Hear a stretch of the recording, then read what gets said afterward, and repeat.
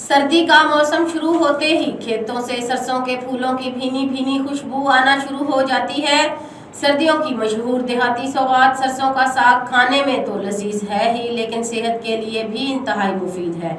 इस हवाले से रिपोर्ट कर रहे हैं काज़म अब्बास।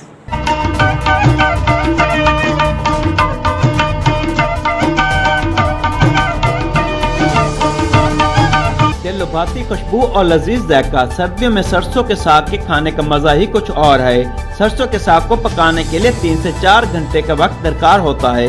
सरसों के साग को हल्की हल्की आग की आंच से पकाया जाता है। जब सरसों का साग पककर तैयार हो जाता है तो इसे लकड़ी से बने मंदड़े से लगाया जाता है खूब रगड़ा। सरसों के साग को पकाते वक्त इसकी खुशबू दूर दूर तक फैल जाती है। और देहातों में एक रस्म आज भी मौजूद है, अगर किसी मोहल्ले या गांव में पका सरसों का साग हमसायों और रिश्तेदारों में न बांटा तो ताल्लुक बचेगा यह साग। तिब्बी माहिरीन के मुताबिक सरसों के साग में कैल्शियम, पोटाशियम, फोलाद और फास्फोरस काफी मिकदार में होते हैं। सरसों का साग खाने के लिए बहुत मजेदार और लजीज होने के साथ साथ सेहत के लिए भी बहुत मुफीद होता है। जब सरसों का साग हल्के हल्के आग की आंच से पककर तैयार हो जाता है तो इसे आखिर में लगाया जाता है देसी घी का तड़का। फिर सरसों का साग खाने में इतना मजेदार और लजीज होता है कि खाने वाला ही उंगलियों को चाटता रह जाता है। कैमरा टीम के साथ doctor Kazim Abbas Baloch, bureau chief, Raj News, Vadodara.